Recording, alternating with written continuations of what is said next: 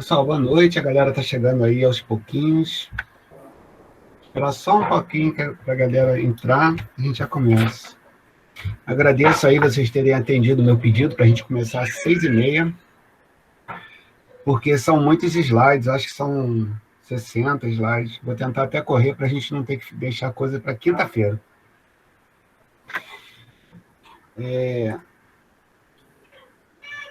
Esse slide eu acabei de enviar agora pelo e-mail, tá? Ele terminou de ficar pronto ainda agora, por isso que eu só pude enviar agora.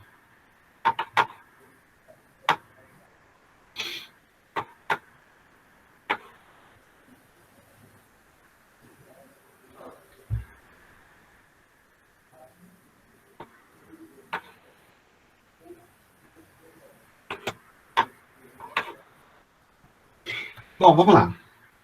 A galera vai chegando, eu vou colocando para dentro da nossa sala. Então, eu já vou começar às 6h30. Tem muito slide para a gente projetar. Eu vou tentar ficar pouco tempo em cada um. Bom, então, eu tenho um método de atendimento, né, que eu já venho usando ele desde 2016. São mais de 200 pessoas, mais de 400 atendimentos. E aí, para esse método, ou melhor, esse método consta de 4 passos, ou 4 fases. E a primeira delas é endividamento. A primeira delas é endividamento, que já foi falado na quinta-feira passada. O segundo passo é, aqui, processo orçamentário. Ok? Então, hoje eu vou falar sobre processo orçamentário. No período passado, eu abri essa aula em 2 aulas, porque foi muito extenso, e aí eu dei uma reduzida agora no slide. Vou tentar falar de uma vez só, ok? O que eu vejo, o que eu poderia falar antes da gente começar sobre orçamento? Em torno de 1/3 das pessoas que eu atendo dizem que essas pessoas fazem orçamento, que é em torno de 1/3. Esse total de 1/3, a impressão que eu tenho é que a grande maioria, e aí eu não medi isso ainda, mas a grande maioria tem uma ideia do que seja orçamento, mas não faz ou não explora o processo orçamentário para que dele possa tirar informação para contribuir para as suas finanças pessoais. Tá? Isso é uma coisa lamentável, porque o orçamento é uma ferramenta muito poderosa para dirigir nossas finanças. Ele tem 3 fases, que eu vou deixar claro aqui, e essas 3 fases juntas, se eu tiver o domínio dessas 3 fases, eu vou poder exercer bem, inclusive uma das fases, que é o controle, eu vou poder exercer bem o controle das atividades financeiras que eu posso planejar para a minha vida, tá? Para o meu mês, para o meu ano, etc. Então, efetivamente, é como se você tivesse um volante na sua mão e você pudesse dirigir a sua vida financeira para os caminhos que você pode fazer, né, em função da sua renda, em função dos seus gastos. Então, pouquíssima gente sabe fazer isso. Como essa é uma disciplina para contábeis que tem a ver com extensão, ensinar orçamento para as pessoas é talvez uma atividade que a gente poderia explorar bem, não só aqui na disciplina, né, assim, a gente poderia ter aqui um curso bom sobre orçamento, mas essa atividade poderia ser levada para a sociedade, ou seja, os alunos poderiam ensinar orçamento para as pessoas, né? Desde conceitos mais simples, né, fazer orçamentos bem simples, até os orçamentos mais complexos. Eu dou um exemplo de orçamento nessa apresentação, que ele é bem complexo. Tá? Então, a gente poderia ter uma boa ideia dos 2 extremos, uma peça mais simples e uma peça mais complexa. Então, vamos ver aí o que eu trouxe. Sim, bom, vou falar na hora do sumário. Então, esse daqui é um sumário que tem as 4 fases do atendimento que eu faço. O endividamento já foi da aula passada, hoje vai ser o processo orçamentário. Provavelmente, quinta-feira agora, a gente começa com poupança e investimentos. E aqui, como eu acho que eu tenho mais coisa para falar, eu provavelmente não vou esgotar o que eu penso que poderia em uma apresentação só. Provavelmente eu vou abrir em duas. E eu já estou fazendo contato com uma das pessoas que eu pretendo chamar para vir aqui para falar para a gente. É o professor Alex, ele é oficial da Marinha de Guerra, está servindo atualmente em Brasília. Hoje, por Zap, ele já confirmou que vai poder fazer uma apresentação para a gente. A gente ainda está vendo o dia e o tema, tá? Mas vamos ter aí pelo menos uma pessoa de fora para contribuir com a gente. Então, quinta agora a gente fala sobre poupança e investimentos e fruição e sucessão. Ou seja, consumir esse dinheiro antes de morrer para evitar que isso vá para o Ricardão. Ou Ricardona. Bom, para hoje, eu vou falar sobre uma apresentação parcial que eu fiz na Escola de Educação Previdenciária, um órgão que não existe mais. No dia 5 de agosto do ano passado, eu dei essa aula virtual. E aí eu peguei parte dessa aula e coloquei aqui para a gente, que explica as três fases do orçamento com números. Vou apresentar algumas notas pessoais sobre orçamento pessoal. Então, eu tenho um bloco de anotações virtual, onde eu coloco lá toda hora alguma coisa, em função do que eu vejo, de filmes, vídeos, leituras, artigos, etc. E aí eu fiz lá uma cata sobre alguns assuntos, coloquei aqui. Vou mostrar alguma estatística. No período passado, eu fiquei só na estatística descritiva, que está aqui. E vou dar uma pincelada numa estatística inferencial sobre um dos gráficos que eu mostrei no semestre passado, não em todos, porque eu não tive condições de elaborar isso, tá? Dá um trabalho muito grande. O número que a gente tem, ele é uma coisa bem simples, mas dá um trabalho de você organizar os dados e tudo, mas eu vou mostrar como isso é feito, com dois dos gráficos que eu vou mostrar. Então, tem uma série de gráficos, 2 a 2. Os dois primeiros eu vou mostrar essa correlação, então vou fazer inferências sobre os dados.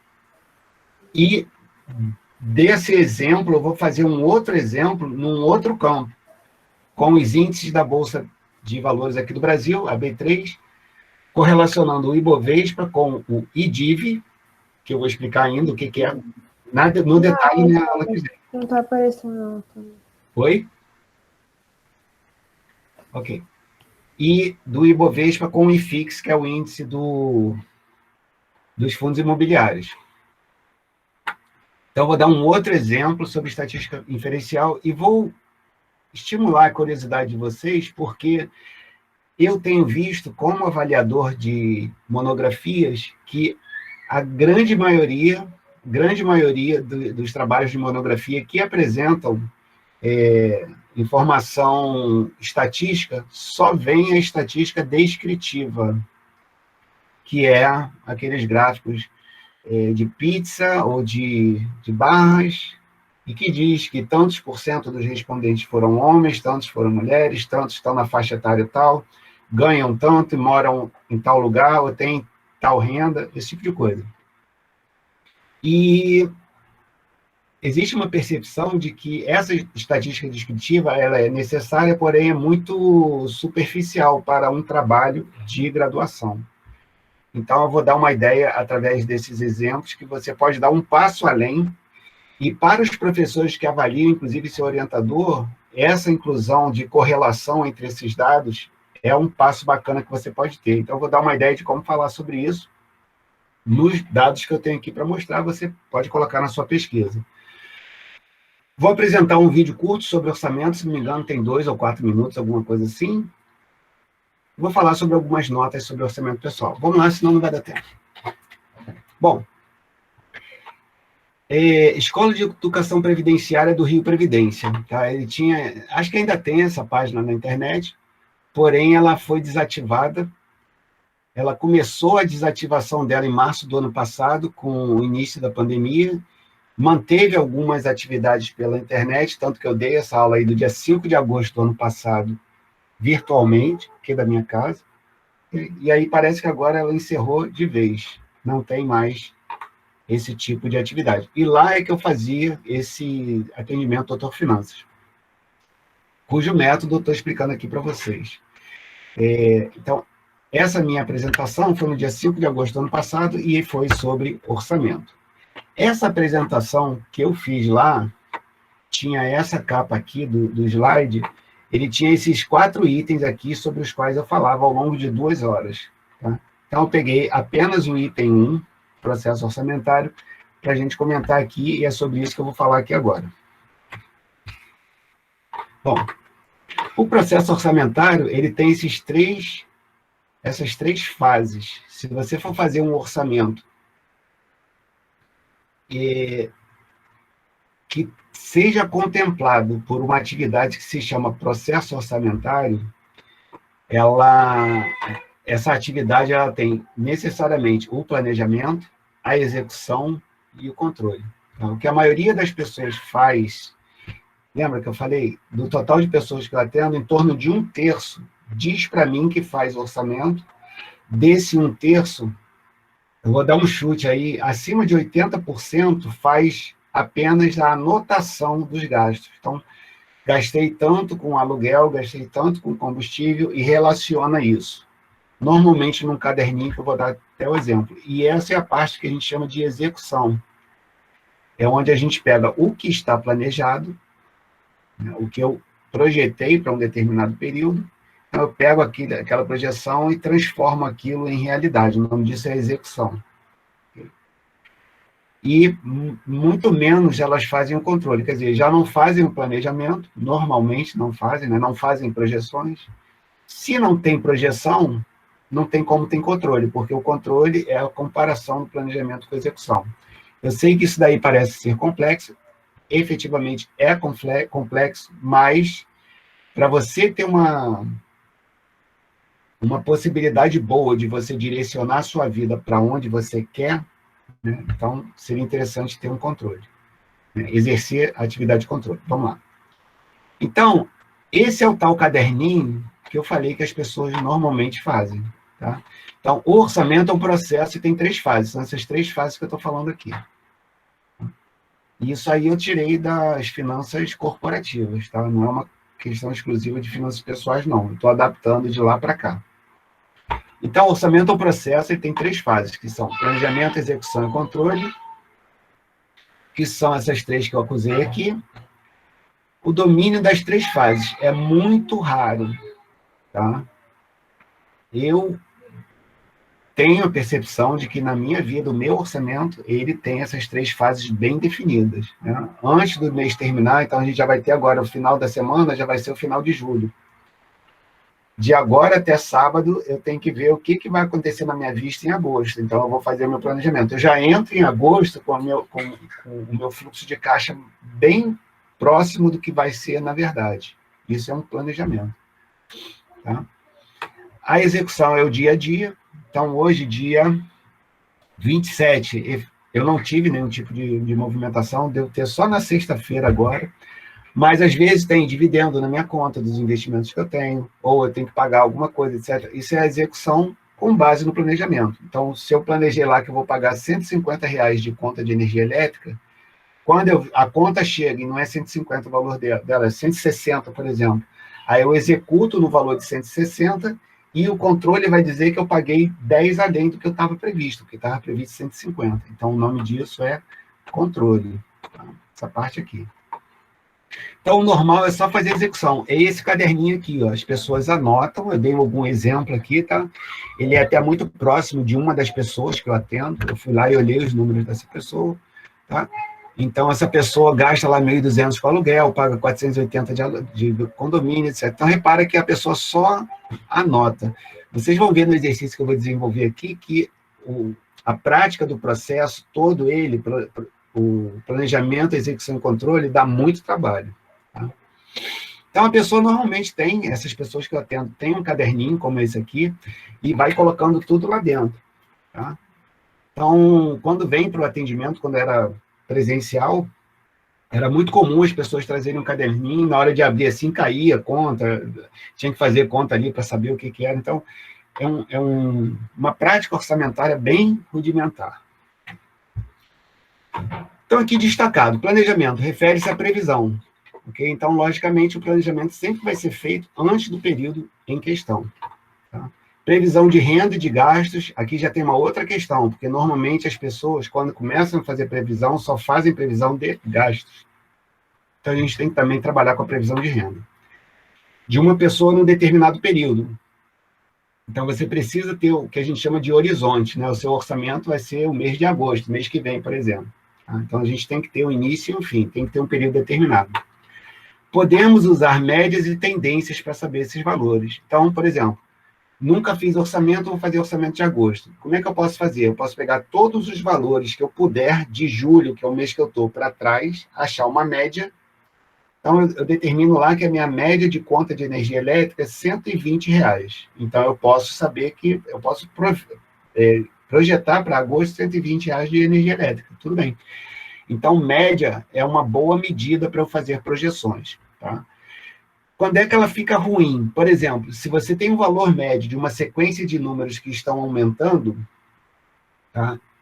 Se você pega o valor médio, você vai pegar lá no meio desse último. Então, se a tendência desses números é aumentar, não é bom eu usar a média, mas não deixa de ser um número, tá? Porque se ele está aumentando sempre, é bem provável que esse mês seguinte vai ser maior do que o mês anterior.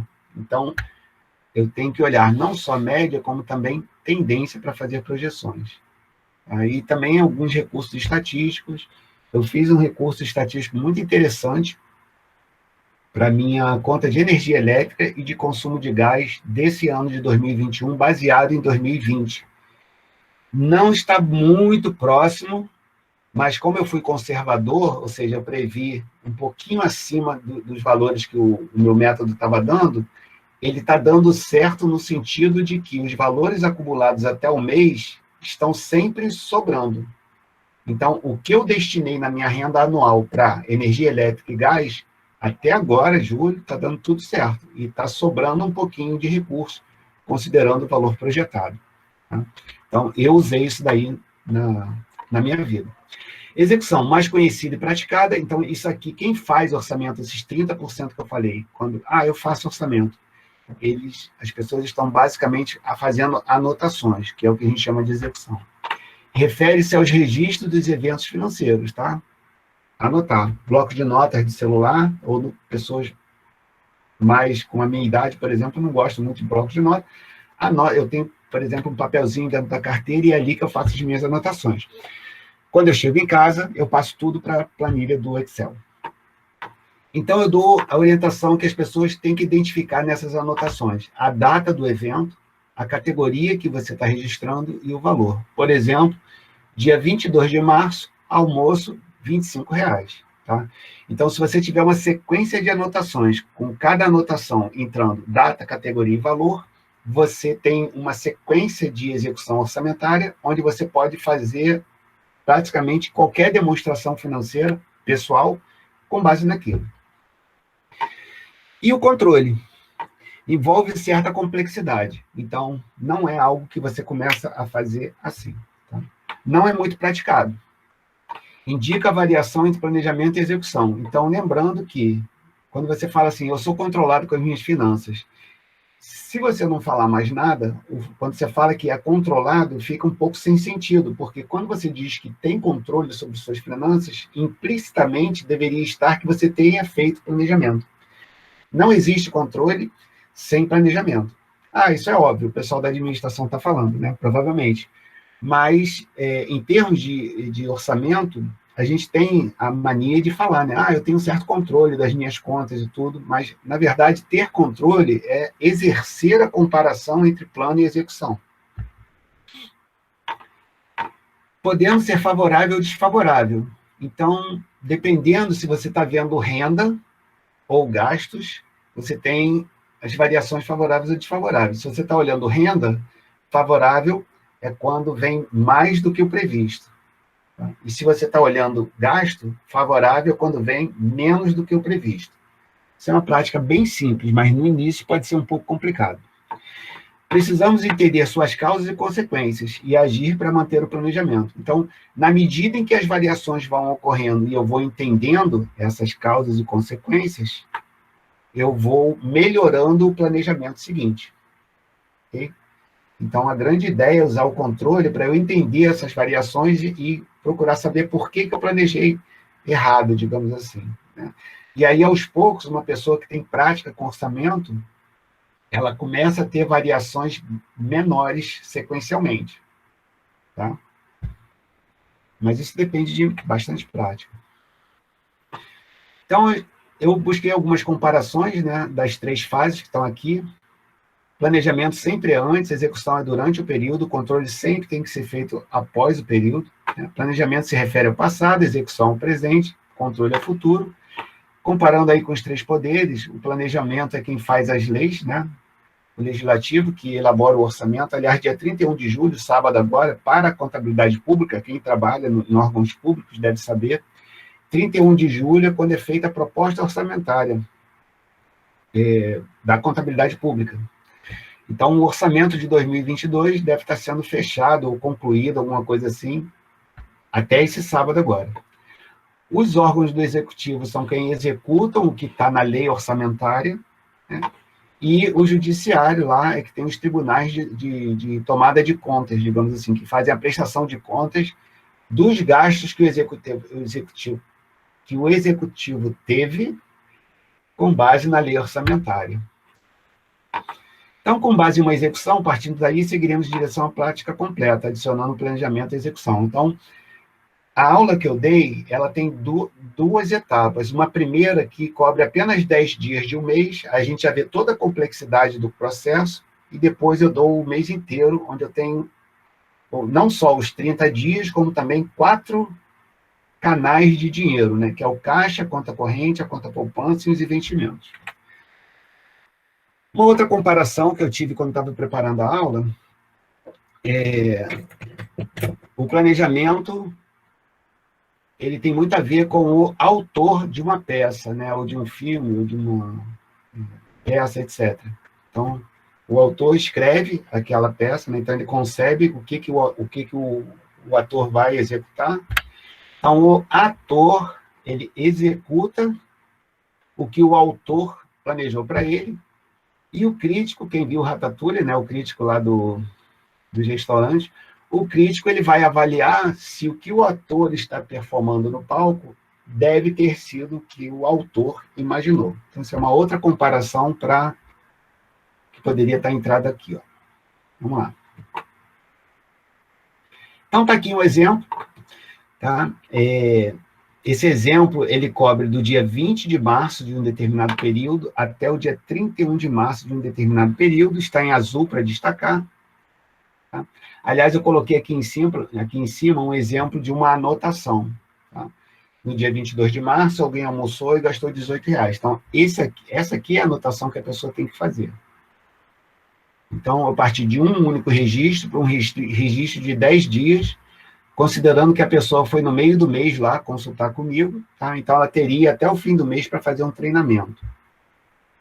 Então eu simulei aqui, conversando com as pessoas, eu sabia mais ou menos quanto elas gastavam nesses itens. Essa pessoa, nesses dias, entre o dia 20 de março e o dia 31, ela fez esses gastos aqui. Ok? Então, a pessoa já estaria mudando para fazer uma execução que vai permitir fazer uma demonstração financeira. Tá? Porque daquele jeito que a pessoa só anota, gastei tanto em energia, tanto em gás, não dá para fazer uma demonstração boa.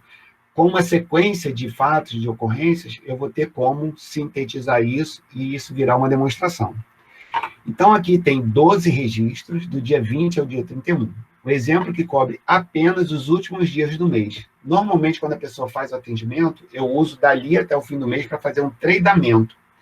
E aí, quando vai virar o mês, aliás, isso está acontecendo agora com algumas pessoas que eu estou atendendo, ela entra em contato comigo e eu dou uma checada para ver se ela está fazendo correto. Repara que todos eles têm os 3 itens que eu pedi. As datas, as categorias e os valores. Okay? Então, vamos reparar uma coisa aqui, que eu já sei que vai acontecer, eu vou chamar a atenção de vocês. No dia 20, eu tive um lanche de 3, e no dia 26, eu tive um lanche de 8. Então, repara que são 2 datas diferentes com a mesma categoria. O pessoal de contábeis já deve ter imaginado que no razonete lanche, na conta lanche, vão entrar os valores 3 no dia 20 e o valor 8 no dia 26. Então, o que eu tenho que fazer? O próximo passo, que vai ser o próximo slide. Eu tenho que juntar isso tudo em linhas e somar as categorias iguais. E aí cai nisso aqui, ó. Essa sequência de 10 dias aqui em azul, eu sintetizei nisso aqui. Tá? Então, repara que o lanche está R$11. Por quê? Eu juntei o que eu gastei no dia 20, 3, com o que eu gastei no dia 26, 8. Então, só isso que eu acabei de fazer já é uma trava, porque as pessoas não entendem que tem que fazer, primeiro, uma sequência de registros, segundo, juntar os registros para virar uma sequência que dá para fazer um fluxo de caixa como esse. Tá? Então, esse é o ponto que eu acho que a gente teria que ensinar para as pessoas. Tá? E aí, obviamente, dá para a gente preparar um material didático, como esse daqui, tá? Mas vai depender muito da sua habilidade de criar exemplos e de ouvir da comunidade que você estará atendendo exemplos que possam ser transformados em fluxo de caixa. Tá? Então, isso dá muito trabalho de se fazer. Vamos ver um outro aqui. Ó, jantar. Jantar teve no dia 27, R$15, e no dia 30, 18. Vamos ver quanto é que teve jantar aqui. Eu somei lá e deu 33. Bom, então, quando eu faço isso daqui, que é um fluxo de caixa, onde eu sei que eu gastei R$317, tá aqui, eu tenho uma ideia que essa pessoa em 10 dias gastou 317. Daí eu posso fazer várias coisas. Por exemplo, essa pessoa gasta R$31, quase 32 por dia, em média. Tá? Então, eu posso fazer várias observações sobre o comportamento financeiro dessa pessoa. Poucos fazem esse procedimento. Que procedimento? Anotar desse jeito e depois juntar isso tudo num fluxo de caixa. Tá? Então, é por isso que as pessoas não fazem orçamento, porque isso, essa passagem do registro para a demonstração, isso aí é complexo. Serve para identificarmos origem e aplicação de recursos. Aqui, no caso, não teve origem, só teve aplicação. O que teria sido origem aqui?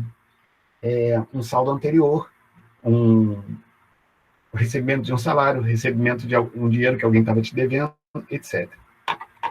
Cada meio por onde transite dinheiro precisa de um fluxo de caixa. Então, eu dei um exemplo aqui, provavelmente de uma pessoa que poderia usar isso aí na carteira ou no cartão de débito. Tá? Mas, como eu disse, nós temos... cadê? Nós temos, pelo menos, 4 meios por onde o fluxo de caixa passa, né? Que é o caixa, a conta corrente, a conta poupança e a conta de investimentos. Okay? Você pode fazer, como eu faço, um único fluxo que tenha as 4 vias atravessadas por todos os dias, aí você deixa muito complexo, porque você tem uma planilha apenas para verticalmente fazer 4 anotações de 4 mídias diferentes, ou você faz uma planilha para cada um e depois consolida. Tá? Então, repara que para a gente sair desse exercíciozinho de 10 dias e de apenas um meio para um mês, ou seja, 30 dias com 4 meios diferentes, a coisa complica muito. Então, tá aí. Segue uma simulação de movimentação em 4 meios. Olha. O caixa em azul aqui em primeiro, tá? A conta corrente em preto depois, a conta poupança em azul e o cartão de crédito. Eu falei conta de investimento, né? Mas aqui está o exemplo de cartão de crédito. Então, poderia ter um quinto meio. Então, essa pessoa desse exemplo fez essa movimentação toda aí. Repara que ela tem R$5.000 de renda. Tá? Esses R$5.000 de renda, eles vão movimentar toda a vida da pessoa durante esse mês aí. Então, como é que eu faria isso? Os slides seguintes, se não me engano, eu vou diminuir a intensidade das letras dos 3 que não são o que eu estou falando no momento e vou deixar aceso só o que vai estar em destaque. Então, primeiro o caixa, depois a conta corrente, depois a poupança, depois o cartão de crédito. Bom, então aqui do lado direito, eu tenho o fluxo de caixa apenas do meu caixa, ou seja, o dinheiro que está na minha conta corrente. Então, esse exemplo que eu dei aqui, está aqui o caixa, e aqui está o fluxo de caixa desse caixa, ok? Então, essa pessoa, pelo caixa, recebeu 100 e pagou 93, dentro dessas categorias aqui. Na conta corrente, aqui do lado direito, esse fluxo de caixa. Recebeu 5 mil de salário, mas mandou dinheiro para o caixa e mandou dinheiro para a poupança e também pagou o cartão de crédito. Então, são 3 meios de pagamento diferentes. Então, na verdade, essa renda de 5 mil, para o fluxo de caixa da conta corrente, só vai estar considerado 4.600. Por quê?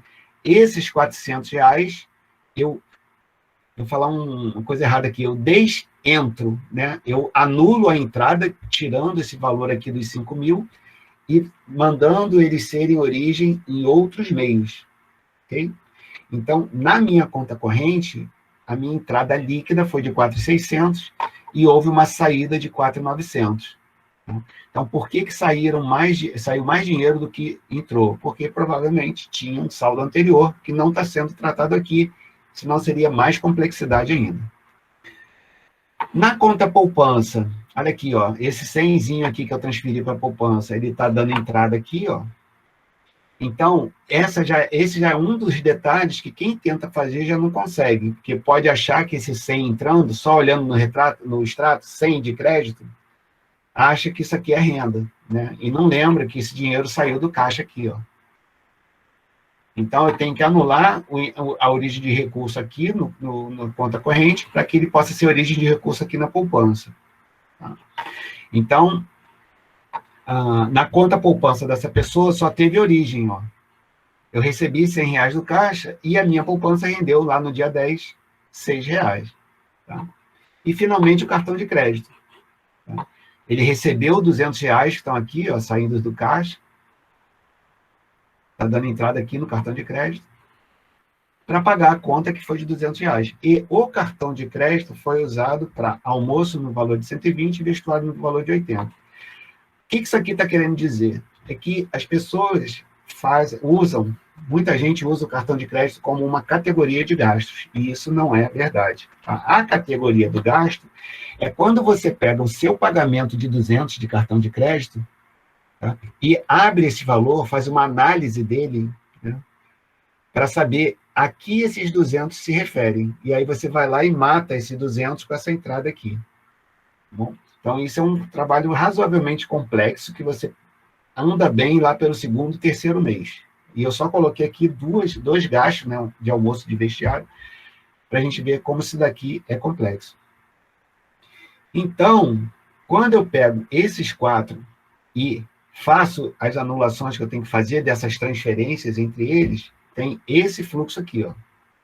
Então, os 4 fluxos individuais, aqui em cima do caixa, esse verde da conta corrente, esse amarelo da poupança e esse, sei lá que cor é isso aqui, cor de abóbora, sei lá, do cartão de crédito, fazendo todas as anulações, quando eu mando o recurso de uma conta para outra, esse cara teve o seguinte, ele ganhou 5.006, né, que estão descritos aqui, e gastou 5.193, portanto, ele gastou mais do que ganho. Ele teve, portanto, um déficit de 187. Tá? E aí, quem é de contábeis sabe, total de origens, 5.006, tem que ser igual ao total de aplicações, 5.006. Quando eu monto isso daí, eu tenho condições de falar para a pessoa onde está o problema das finanças dela. Se eu não tenho como ter o fluxo de caixa dessa pessoa, o que eu vou dizer para ela? Isso aqui é como se fosse um exame médico que o médico pede para o paciente. Tá? Então, por que até agora pouquíssimo da minha prática foi em cima dessa peça que vocês estão vendo aí? Porque ninguém faz.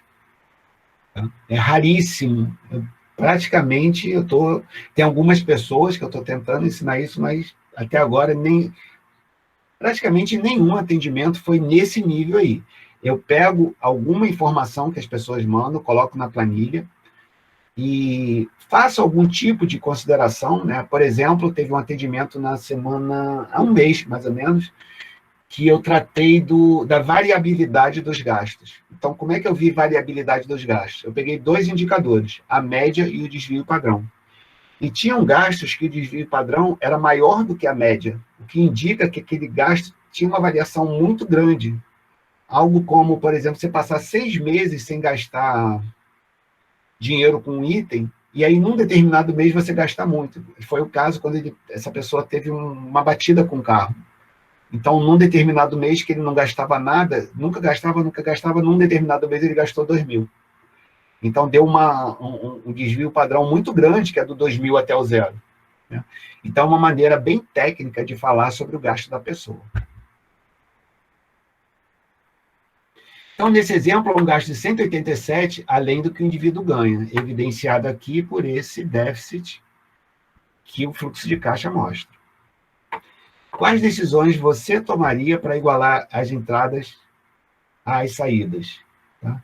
Isso seria gerenciar as finanças, onde o controle orçamentário é importante. Se alguém querendo procurar você para você tratar das finanças dela, te mostrasse isso, o que você faria? Né? Então, dependendo da sua prática, da sua leitura, da sua percepção para os negócios, etc., você pode fazer várias observações aqui. Vamos supor, uma das observações seria, olha, você tem 187 de déficit, você escolhe aí onde você quer cortar, desde que seja 187 ou mais. Está resolvido o problema. Né? Mas é claro que isso é um pouco difícil de fazer, e normalmente você não pede para a pessoa eliminar o déficit num mês só. Né? Eu conversaria com a pessoa, faria uma proposta, se isso aqui tivesse razoavelmente estabilizado, quer dizer, essa pessoa sempre tem um déficit de menos de R$200 por mês, eu abriria esse reparo aí em 4 meses de R$50. Então, cada mês ela teria o compromisso de baixar o déficit de R$50. Então, no primeiro mês iria para perto de 150, no segundo para perto de 100, no terceiro para perto de 50, e no quarto zerava o déficit. Tá? Mas isso daí depende de prática, de criatividade, etc. Então, atenção, cada meio tem seus registros, haverá um fluxo integrado, que é esse que eu mostrei agora. As transferências de um meio para o outro não são gastos, a gente tem que ter atenção para isso. Neste exemplo mais simples, não consideramos os saldos anteriores e finais, como eu tinha dito. Tá? O saldo anterior, ele é considerado uma origem de recurso. O saldo final é considerado uma aplicação de recurso. Então, você poderia expandir essa demonstração que eu fiz, incluindo saldos anteriores e finais, mas iria deixar muito complexo, tanto para explicar como para fazer. Né? Eu, por exemplo, nem faço isso para mim, eu só vejo mesmo as variações, porque é muito chato. Bom, então vamos dizer que a pessoa anotou isso aqui é um determinado mês, né? Então, após entender a execução, seguimos para o planejamento. Então, você está, digamos assim, sabendo fazer a execução. A pessoa demonstra para você que ela sabe fazer a execução, que é isso que eu acabei de mostrar. Então, eu peço para a pessoa fazer 3 meses. Então, ela me traz algo como isso aqui, ó. Tá? Então, ela fez a prática comigo, depois ela voltou, ela fez anotações de setembro, outubro e novembro, e veio falar comigo. Tá bom? Então, se ela fez anotações de setembro, outubro e novembro, o que eu vou falar para ela? Vamos projetar o seu mês de dezembro. Okay? Já que você tem setembro, outubro, novembro, de execução, a gente faz uma média desses valores e projeta dezembro. Tá? A média nem sempre é a melhor maneira de projetar, mas para quem está começando, é uma boa ideia. Então, usando lá o Excel, eu projetei a média dos 3 meses, ó, setembro, outubro, novembro, dentro dessas categorias aqui. Eu posso dizer que essa pessoa aí, em média, considerando as evidências de setembro, outubro e novembro, ela ganha 5.039 e gasta 5.010 por mês.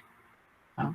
Então, esse mês típico aqui, ó, eu estou dizendo, né, que é a média, você poderia ter usado outras técnicas aqui, tá?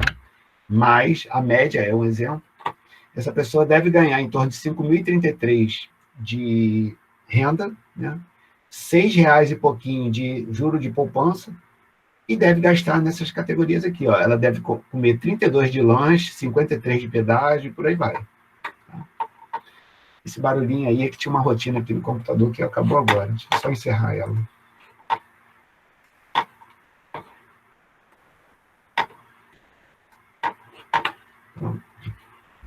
Bom, então nós temos setembro, outubro, novembro, média de todo mundo, eu tenho um mês típico, projetei dezembro, vamos ver. Então, eu posso dizer para essa pessoa que trouxe esses números para mim, que o dezembro dela vai estar muito próximo disso, ela vai ganhar R$ 5.039 e deve gastar R$ 5.013. Então, repara, esse mês típico aqui, que é a média de setembro, outubro, novembro, virou o mês de dezembro projetado. Então, repara, 3 meses de execução servem de base para fazer o meu primeiro planejamento. Tipicamente, o que poderia acontecer com essa pessoa? Eu teria setembro, outubro, novembro, dezembro, quando entrar o mês que vem, e aí eu vou ter 4 meses para poder projetar o ano todo seguinte. Tá? Isso dá muito trabalho para fazer. Tá? Bom,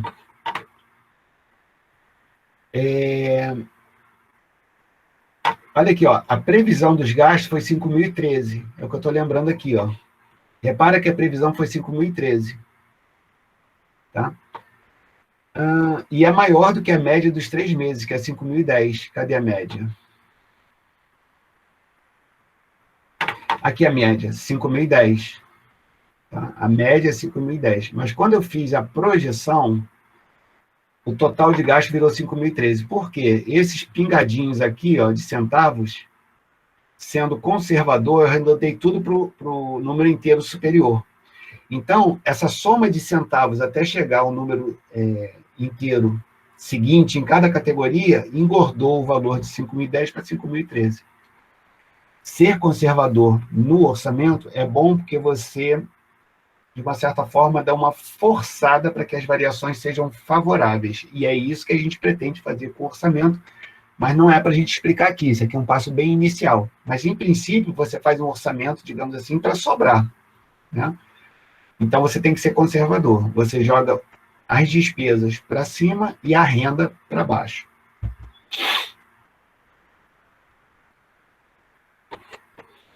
Temos uma regra contábil chamada de conservadorismo, como eu falei, onde a renda deve ser o menor possível e os gastos o maior possível.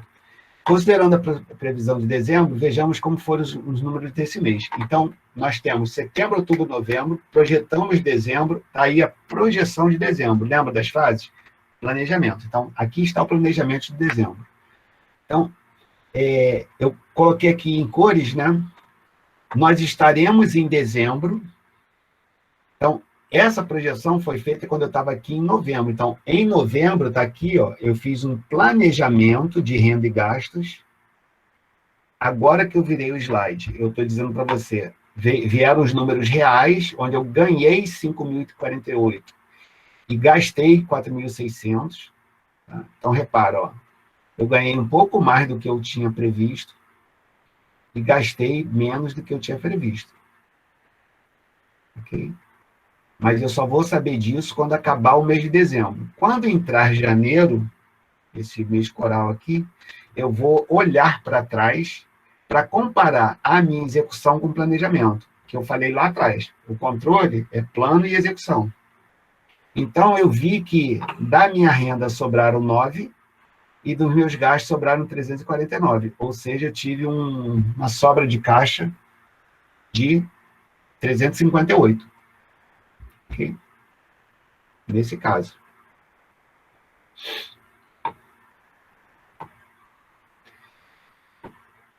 Então, neste exemplo, se o indivíduo tivesse previsto investir R$ 1.000 em janeiro, então ele já está em janeiro, está na fase de controle do mês de dezembro. Se ele pensou em investir 1.000, mas só tem 700, olha só, ele está em janeiro, vendo que dezembro sobraram 300 e pouco. Mas ele previu para janeiro 1.000 para investir, só que ele só vai ter 700. Então, ele já sabe de cabeça que os 300 que sobraram de dezembro, que vão pular para janeiro, ele junta com 700 e consegue fazer o investimento de 1.000. Tá? Então, aqui eu estou colocando uma situação tática que ocorreu em janeiro, de falta de recurso, mas o recurso veio da sobra de dezembro. Isso é prática orçamentária complexa. Tá?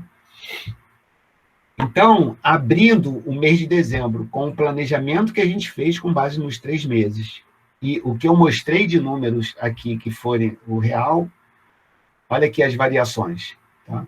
Então, eu abro em cada categoria quanto sobrou, quanto deu de variação para dar os 9 favoráveis, e nos gastos também. Eu abro cada uma das variações entre favoráveis e desfavoráveis, que culminaram nesse 349 aqui.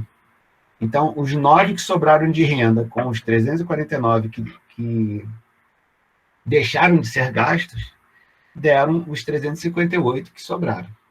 Ok? Então, transferindo esse gráfico, essa planilha grandona aqui, né, ela veio para cá. Então, estou mostrando que uma variação favorável de 9, que ela foi indicada aqui na página anterior. E essa variação favorável de 349, que está sendo mostrada aqui, esse 349, na verdade, foi a interação do 376 para mais com 27 para menos. Ou seja, sobraram 376, mas faltaram 27. E a interação desses dois deu esse daqui, que somando com os 9, chegaram no 358. Complexo. Então, resumindo, ele recebeu R$7 de salário a mais e 2 de rendimentos a mais do que estava previsto. E gastou menos do que estava previsto. Lanche 3, pedágio 12, aluguel 17, compra 170, passagem 24, vestuário 110 e almoço 40. E gastou mais do que estava previsto em doações 4 e gasolina 23. Então, somando esses aqui, é que dão esses 27, e somando essas duas linhas é que dá o 376. Essa interação toda dessa galera aqui é que dá uns 349. E isso é só no gasto. Que somando com os 9 da renda, vão dar os 358. Doideira, né? É isso mesmo. Mas eu procurei dar um exemplo bem simples, de 10 dias, e um exemplo complexo de um mês com 4 meios possíveis. Tá? Isso aí é um exercício simulado, mas mostra todo o potencial que um processo orçamentário pessoal pode fazer. Com esses 358, você pode investir, pode pagar dívida antecipada, pode reforçar seu caixa. Né? Eu sei que eu vou ter um colchão de 358 desse mês, porque sobrado do mês anterior. Isso acontece com frequência comigo. Chega no final do mês, tem lá, sei lá, 100, 200, 300 reais que eu não gastei, eu sei que eu vou ter essa folga para o mês seguinte. Então, se o orçamento estiver um pouco apertado, eu sei que eu tenho uma sobra de recurso do mês anterior, por exemplo. E suportar o déficit nesse valor. Quer dizer, eu vou poder, em em janeiro, nesse caso aí, ultrapassar em 358 e ainda continuar no 0 a 0. E etc. Bom, qual é o resumo dessa aula que eu dei lá para... Isso aí, obviamente, eu falei com calma, né, ao longo de 2 horas, dando exemplo, respondendo perguntas e tudo mais. Então, eu tenho que coletar um fluxo de caixa por 3 meses, fazer um fluxo de caixa com a média dos valores de 3 meses. Então, eu projeto o mês típico. Elaboro um planejamento com base na média, como eu mostrei aqui. Registro os valores do mês e, no fim do período, eu elaboro um fluxo de caixa. Então, eu vou ter uma projeção, o mês vai passar, eu vou ter os valores de execução, e depois eu comparo os valores previstos com os valores reais. E tento gerenciar as variações. Eu, com as minhas finanças, conforme eu vou vendo as variações favoráveis e desfavoráveis entre as categorias, eu vou vendo. Por exemplo, se eu gastei mais com energia do que eu estava pensando, eu vou ter que gastar menos com gasolina, e daí por diante. Eu previ, isso já aconteceu aqui, eu previ pagar 250 de gás e a conta veio 90. Então, sobrou dinheiro para caramba. Né? Então, isso significa que eu posso... Para manter o orçamento, eu posso, por exemplo, gastar um pouco mais de gasolina. Tá? Não, na prática não funciona assim não, mas em teoria é mais ou menos isso que ocorre. Fases do orçamento: planejamento, execução e controle. Precisa elaborar quer dizer, esse raciocínio que eu mostrei aqui para você é de 1 mês. Então, é a prática mensal, depois você passa para uma prática trimestral, né? Projeta trimestre, executa trimestre e controla trimestre, finalmente ano. Né? De repente, se você quiser começar isso, você já pode ir treinando agora. Quando chegar no final de 2021, você faz um bom planejamento para 2022. Né? É um bom treino para você ver anualmente. Bom, movendo para essa parte da aula, vamos ver o que eu tenho de anotação que eu posso trazer aqui para vocês em relação ao orçamento. Tá? Aí eu consultei vários vídeos, eu gosto muito de ver vídeo no YouTube. Achei o vídeo dessa menina aí, o nome dela é Joyce Milati. O nome do vídeo é Orçamento Mensal Simples. Tá? Então, o que eu peguei lá? O orçamento ajuda a identificar vazamentos. Isso aqui é uma coisa muito interessante, porque eu, às vezes, falo como o seu fluxo de caixa como uma caixa d'água, né? Você imagina. O tubo vem da SEDAI e entra na sua casa, né? Isso pode ser a sua renda, e o tubo que vem para distribuir a água para banheiro, cozinha, etc., são os gastos. Então, os vazamentos seriam valores que você gasta e não deveria, o orçamento vai apontar. Né? Principalmente variações. Né? Eu previ gastar 10 com lanche e gastei 80. Né? Então, esses 70 aí são esses vazamentos aqui que ela está falando. A poupança mensal pode estar no shopping, no cartão de crédito, etc. Então, eu precisava poupar 7% da minha renda, mas pelo que eu estou vendo aqui, eu estou gastando demais no que ela, por exemplo, está falando aqui, shopping, cartão de crédito, etc. Isso está lá no vídeo dela. Às vezes ocorre de esquecer de colocar algo no orçamento. Precisamos ser organizados, isso é fundamental. Né? A organização não é um item do orçamento, mas eu lembro que de uma aula de auditoria que eu tive ainda na graduação, o professor falou o seguinte: um lugar para cada coisa em seu lugar. Então, a organização é muito importante. Casados deveriam fazer orçamento conjuntamente. Eu digo que isso aqui em casa é um problema. Né? Mas, muitas das vezes, eu com a minha esposa, a gente sim discute bastante os valores que tem a ver comigo e com ela. Tá? Mas o ideal é que você tenha um orçamento conjunto, digamos assim, para você ter uma ideia da renda do casal, dos gastos do casal. Um outro vídeo desse cara aqui, Pedro Vieira, né, ele indica como erros comuns não destacar os valores parcelados. Tá? Então, quem tem muito costume de fazer parcelamento, cartão de crédito, não faz o que deveria. Né? Então, comprei 1.000 em 5 de 200, então eu lanço 200 desse mês, 200 mês que vem, então eu teria que ter já um fluxo dos meses à frente para fazer isso. Tá? Não ter fundo de emergência.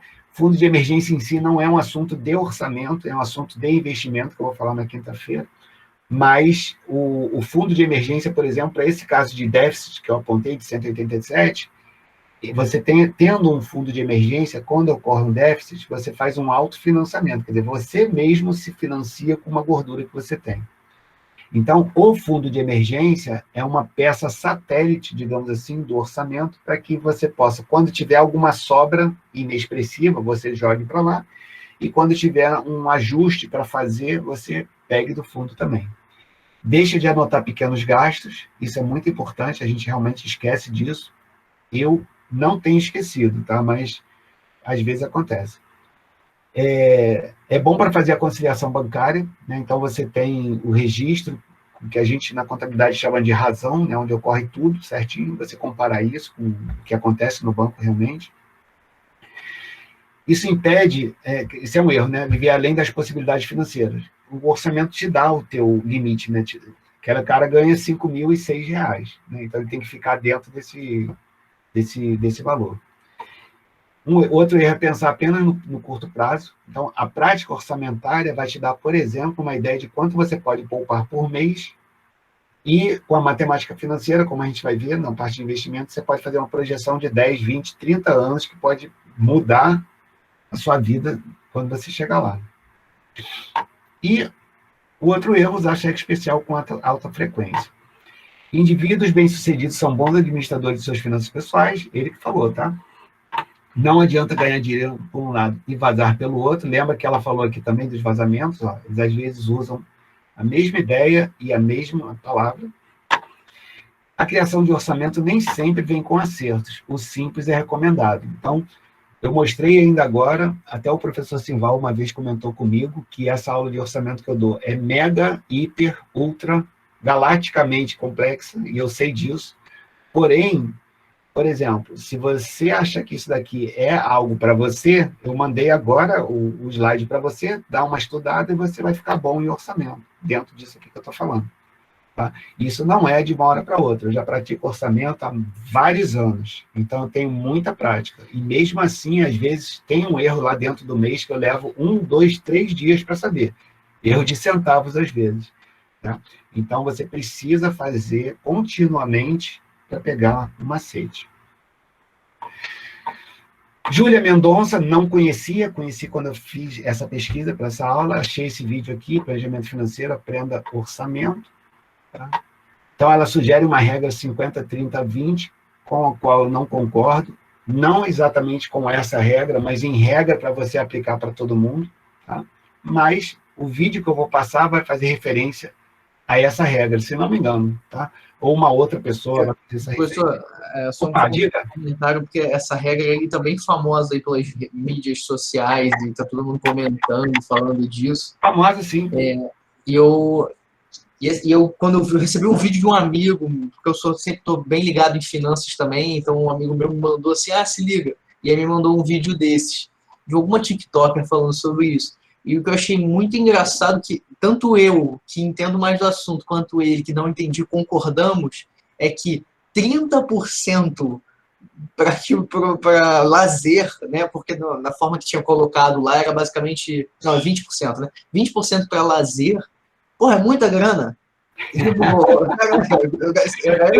achei que você ia falar que era pouco, já tá perto. Não, muita grana, muita grana. Tipo, sinceramente, claro que a pessoa ganhando muito pouco, toda grana é muita grana. Sim, sim. Mas assim, pô, tô ganhando ali na faixa do salário de estagiário, tá ganhando, sei lá, 1.000, 1.500, botar 1.000 para ficar mais fácil. Pô, 200 pratas por mês para sair. Ou o cara tá indo em bar muito caro, tá indo para o mesmo lugar muito caro, porque, tipo, eu acho que dá para fazer barato, né? Achei caro, achei exigente demais. Então, pô, a minha questão sobre isso, de fazer uma política de planejamento financeiro para todo mundo, é mais com esse lance de que, pô, mostra na cara que talvez você esteja gastando muito com coisas que não precisa. Então, assim. E é isso que o orçamento tenta mostrar. Mas, na verdade, João Pedro, assim, a minha discordância não é nem com os percentuais, é com o método de você carimbar 50, 30, 20 para todo mundo.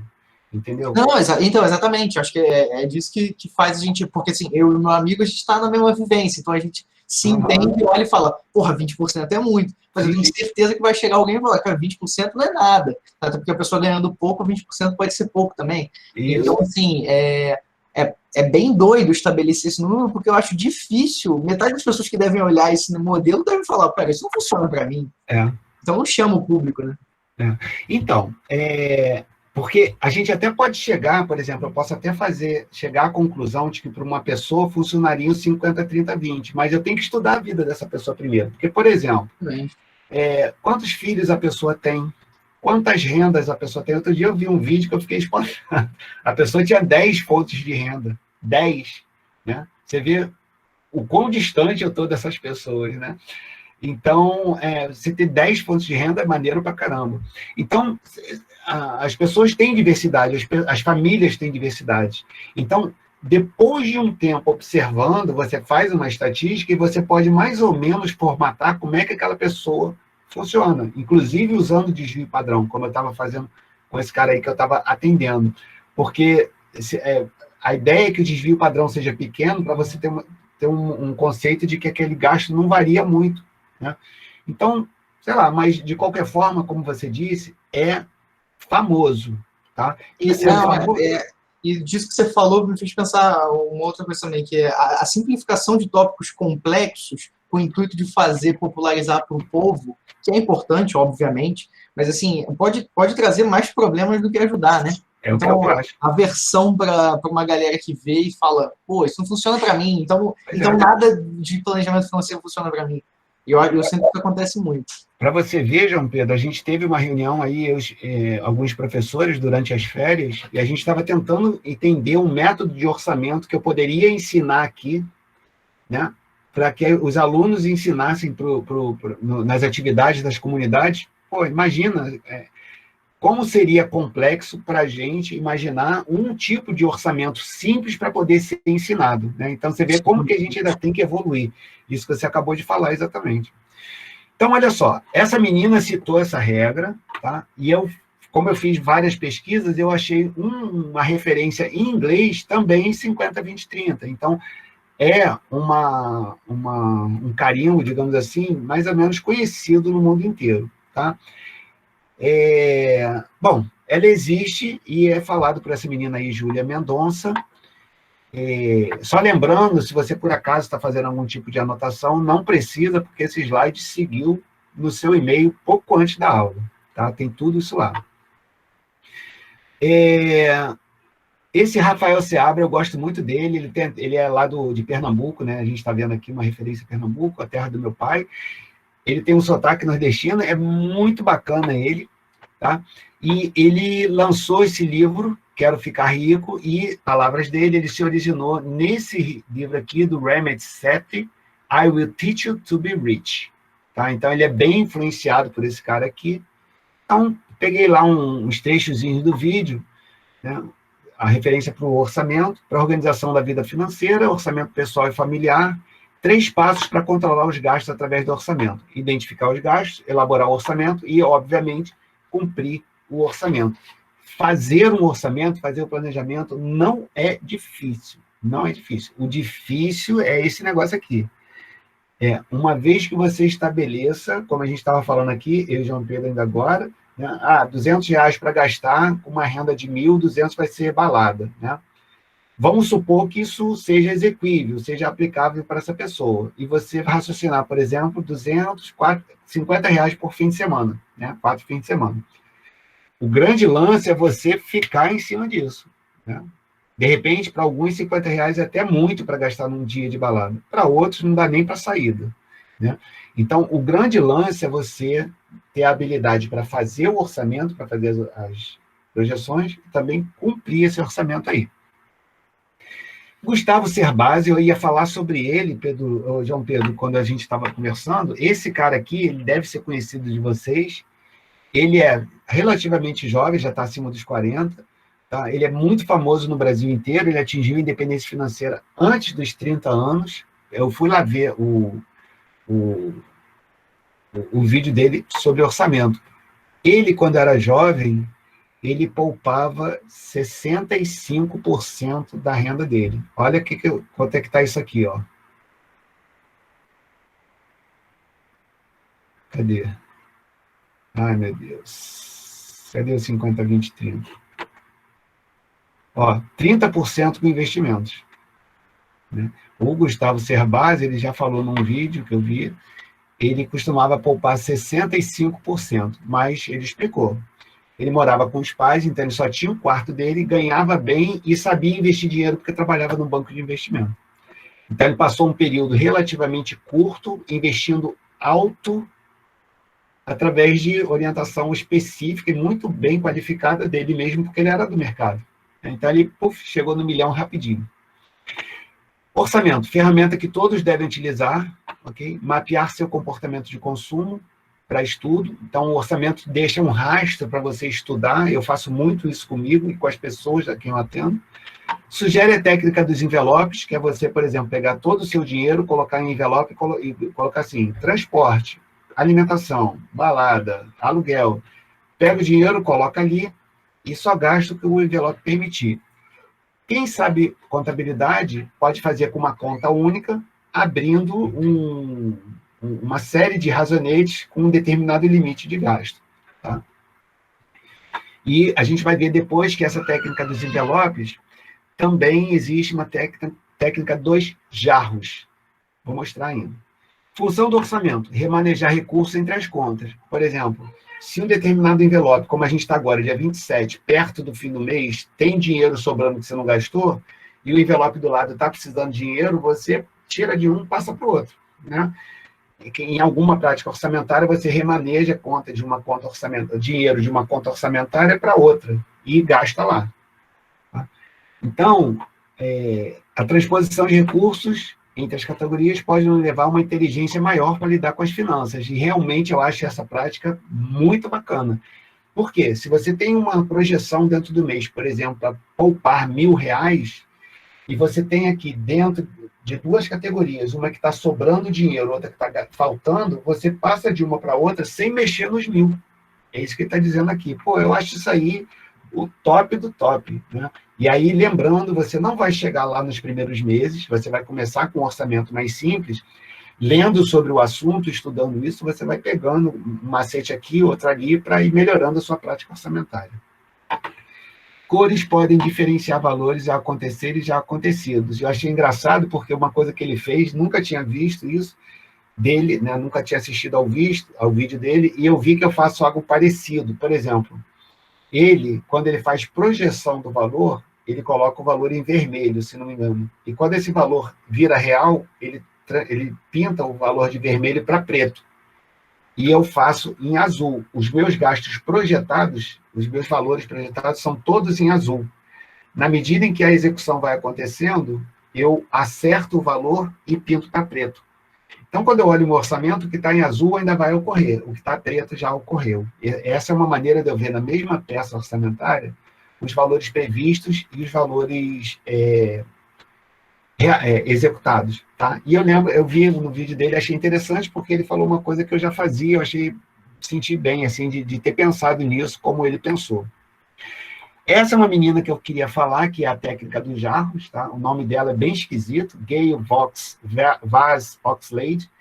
Ela é uma jamaicana que mora no Canadá, então ela imigrou para o Canadá e lá trabalha com educação financeira.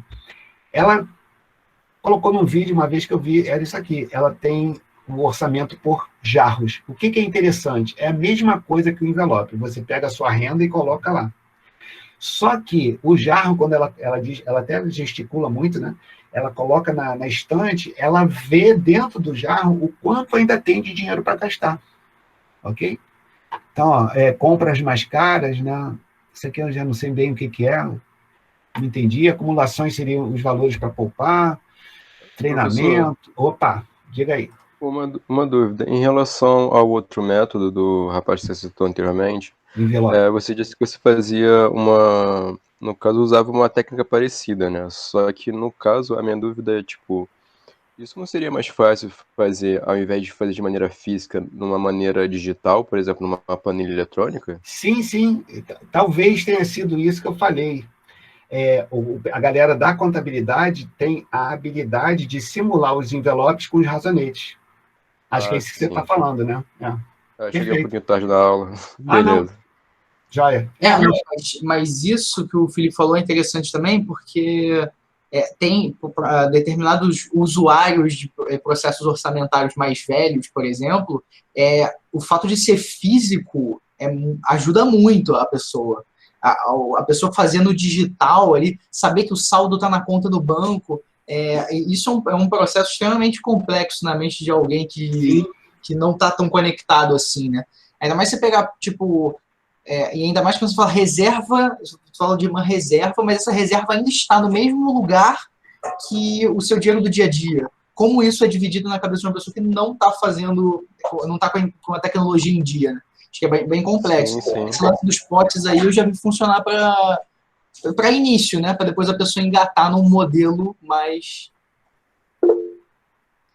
exatamente. Concordo completamente, cara. Tipo, no caso, Gastos pra você ter fixos. uma noção, eu sou bem fã assim, de planejamento financeiro. No início eu comecei justamente dessa maneira. Eu tinha literalmente uma caixinha, no caso, e essa caixa eu dividia o dinheiro por clips para cada, tipo, gasto. No caso, contingenciava dinheiro, provisionava para cada tipo de gasto meu, entende? E aí, conforme fui evoluindo com essa técnica, acabou que calhou de eu conseguir fazer uma planilha totalmente automatizada Beleza. com esse esquema do spot planilhado, de uma maneira Uhum. mais simplificada possível, adaptada à minha realidade, sabe? Eu acho que esse seria o ideal, né, de todo mundo na gestão Sim. É financeira, isso aí. digamos assim. Isso que vocês estão falando aí, eu já não eu atendi uma pessoa, só que ainda não tinha essa prática do Doutor Finanças. Eu conversei, ela é até uma professora amiga minha, a vida dela era uma zona do dinheiro. Quando eu falei sobre esse negócio do envelope, essa pessoa ficou maluca. Falou, cara, é disso que eu preciso. Ela reportou para mim depois que ela começou a usar o envelope, parou com o problema. Então, isso que o João Pedro acabou de falar, acho que foi ele, realmente era muito complexo na cabeça dessa menina controlar isso numa planilha, porque é difícil fazer a conexão do que é a planilha com o que está lá misturado na conta corrente. Então, quando ela trouxe do virtual, digamos assim, para o real, e ela pode ver o dinheiro, né, saindo, entrando, então isso para ela ficou mais prático. Tá? Mas é aquilo, a gente teve discussões muito grandes, muito extensas, os professores que se reuniam, como é que a gente vai levar isso para as comunidades? Então, ensinar o orçamento é algo que pode ser muito complexo, né? Ver isso tudo que eu acabei de falar, isso não é nada, eu peguei assim, um exemplo rápido, né, para fazer essa aula aqui. Você vê como isso pode ser muito complexo. Imagina a gente falar para uma pessoa que ganha salário mínimo, numa comunidade, por exemplo, né? Não tem como falar nesse nível. A gente tem que entender, tanto que uma das tarefas que eu vou passar para vocês é quais são as 8 categorias, isso é o que a gente viu lá na discussão dos professores, quais são as 8 categorias com as quais uma pessoa consegue gerenciar um orçamento. Por que 8? Porque é um número pequeno, né? Então, a gente tem que se virar. Alimentação, transporte, renda, poupança, investimento, sei lá. Quais são as 8 categorias que uma pessoa qualquer consegue gerenciar uma vida? Tá? Então, isso é um papo muito bacana. Inclusive, uma pessoa que eu atendo agora, né, acho que essa semana eu vou ter atendimento com ela fez mestrado em tecnologia da informação, se não me engano, TI, no Fundão, e o papo com ela vai ser isso, porque eu expliquei, olha, é muito difícil ensinar a categorização. Ela, deixa comigo, porque essa menina, inclusive, é bibliotecária. Então, esse é um trabalho fácil para ela, né? Então, provavelmente, nas aulas de orçamento que eu vou ter lá na frente, vão estar influenciados por essa pessoa com quem eu vou conversar. Então, essa Gayle, ela tem esse site, Money Sense, tá? Tem muita coisa gratuita, isso que é muito legal em finanças pessoais. Tá? Então, tem aqui, se você quiser ver, Money Sense. De novo, lembrando, esse slide foi para vocês. Tá? Eu estava muito inspirado no semestre passado, e essa questão de orçamento, às vezes a gente exagera em termos de complexidade e tem que ter uma hora que a gente tem que diminuir um pouco, para a vida não ficar muito planejada demais. Né? E até lembrei, o professor Simval, assim como eu, a gente gosta muito de música, né? Então a gente conheceu muito de música lá na década de 60, 70, né? 60 mais o professor Simval, 70 mais eu. Né? E eu fiz menção a esses 2 caras aqui. O Cat Stevens, que é um cantor que provavelmente vocês não conhecem, né? Ele tem uma música chamada Father and Son, que para mim é uma música muito interessante, porque eu já estou um cara com 57, mas acabei de ter um filho, né? Então o fato de ter um filho novamente, né, já com idade de ser avô, é uma coisa que mudou completamente a minha vida, para muito melhor. Então essa música me emociona muito, Father and Son. Se você tiver curiosidade de estudar a letra dela, é legal. E uma das frases lá, né? Você estará aqui amanhã, mas seus sonhos talvez não. Isso aí faz uma referência muito importante na minha vida. Eu, quando era muito jovem, bem ainda mais jovem do que vocês são, eu tinha um sonho de ser piloto de avião, por exemplo. E é um traumazinho que eu carrego até agora. Né? Então, muito do que vocês estão planejando hoje, quando vocês tiverem a minha idade, vocês vão ter que lidar com essa questão de não terem isso realizado na vida de vocês. E não é uma coisa muito fácil. Repara até que a minha voz está um pouco trêmula. Tá? Então, a vida ela não vai caber certinho no seu orçamento. Não vai. Tá? Então, já é legal você ir se acostumando hoje a lidar com coisas que a vida vai te mostrar que não é bem por aí. Tá legal? Então, lembrando aí do Cat Stevens, é uma música linda, se você tiver curiosidade, procura ouvir. Principalmente se você já teve filho, ou se você já tem filho, é algo que toca bastante. E John Lennon, talvez vocês conheçam, né, um ex-integrante do Beatles. Ele teve o filho dele, chamado Sean, que é esse aqui, que hoje, sei lá, a idade do Sean já deve estar, de repente, já com uns 30, 40 anos, esse cara aí. Né? ele fez essa música chamada Beautiful Boy, e lá tem essa letra, né? A vida é aquilo que acontece enquanto você está muito ocupado fazendo planos, ou outros planos, né? Então, você fica punhetando o seu orçamento demais da conta, 20%, 30%, 40%, vou poupar, e a vida vai passar, cara, cuidado, tá? Então, a gente tem que fazer esse balanceamento, o Gustavo Cerbasi falou, né, na questão da organização através do orçamento. Então, muita atenção para lidar com frustrações. O orçamento vai ser uma peça que, se você fizer ao longo da sua vida, vai testemunhar muita frustração pela qual você vai passar, pelas quais você vai passar, tá?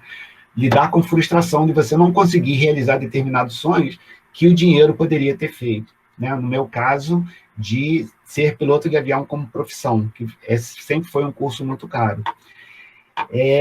E não deixar de aproveitar a vida. Os Beatles tinham muito essa pegada, o John Lennon principalmente, né? Atenção para a sua vida, não ficar muito preso aí no orçamento, uma hora ou outra, chuta tudo para o alto, vai viver, não sei o quê, e cai, porque a gente é feito de carne e osso, temos emoções, etc. São duas questões líricas aí para a gente raciocinar. Isso aqui é um exemplo de orçamento, tá? Eu tomei conhecimento de um vídeo desse daqui na internet, ele é todo em inglês, e ele mostra esse regulador aqui, né, que é uma válvulazinha, que ele pega essa renda que vem para você, vem por um tubo, que é o seu fluxo de caixa, e a sua válvula do orçamento ou manda os recursos para o futuro, através de poupança ou investimento, ou você, conforme o vídeo fala, você gasta e se vai para sempre, tá? Então, esse slide aqui, ele é tanto um slide para a parte de orçamento, que mostra bem essa válvula que regula o seu estilo de vida, é o que o orçamento se propõe a fazer. Muita atenção com isso, tá? Porque a maioria, grande parte dos milionários não veio para o mundo milionário, ele se tornou orçamento regulando bem essa válvula aqui, jogando recursos para o futuro, investindo sabiamente, que é o que a gente vai tentar falar na quinta-feira e na terça-feira seguinte. Tá? Então, esse vídeo aqui ele é muito, muito bacana, né? O círculo de criação de riqueza. Né? A criação de riqueza, digamos assim. Vamos à estatística, a gente tem 5 minutos finais para a gente falar sobre isso, vou falar rapidamente. Tá? Eu queria chamar a atenção que isso que eu vou falar sobre estatística aqui é muito importante para quem for fazer monografia e quer colocar gráficos. Tá? Normalmente, as monografias chegam para a gente ler com estatística descritiva, que não é muito atraente, né? Aqueles gráficos mostrando que 30% é mulher, 40% é homem, 30% não quis se identificar, 85% ganha tanto, não sei o quê, isso não quer dizer muita coisa. O que você tem que fazer é como é que os dados se entrelaçam, a gente chama isso de inferência. Tá? E uma das maneiras de fazer inferência é você procurar correlação. Eu vou dar 2 exemplos de correlação que são muito simples de fazer. Quem está fazendo orientação comigo, eu tenho estudado isso aos poucos e estou pegando uma boa noção do que vem a ser isso para aplicar as monografias. Então, a gente tem que sair um pouco da estatística descritiva. Para essa aula aqui, eu usei apenas estatística descritiva porque eu estou no processo de aprender a lidar bem com isso. Tá? Então, eu tenho 2 amostras. Eu tenho uma amostra do meu atendimento Doutor Finanças, que só tem 123 pessoas, e tem uma coleta que eu fiz no período 20/4, né, o primeiro lá da pandemia, onde, como foi tarefa para a galera, né, teve lá competição para quem fazia mais, né, eu consegui 2021 respostas. Porém, quer dizer, a primeira restrição é que, além de ser pouca a amostra, ela pega 4 períodos, né?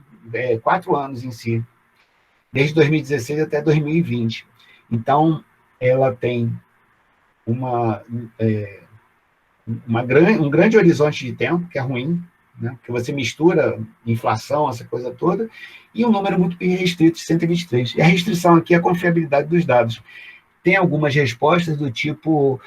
o cara colocou lá que tem 18 anos e tem 500 mil nos investimentos. Né? 18 anos, 500 mil. Isso é um pouco forçação de barra. Pode ser verdade. tá? Mas provavelmente, ou ele queria falar que era R$500 ou R$5, errou ali no zero, etc. Então, não são dados assim muito confiáveis.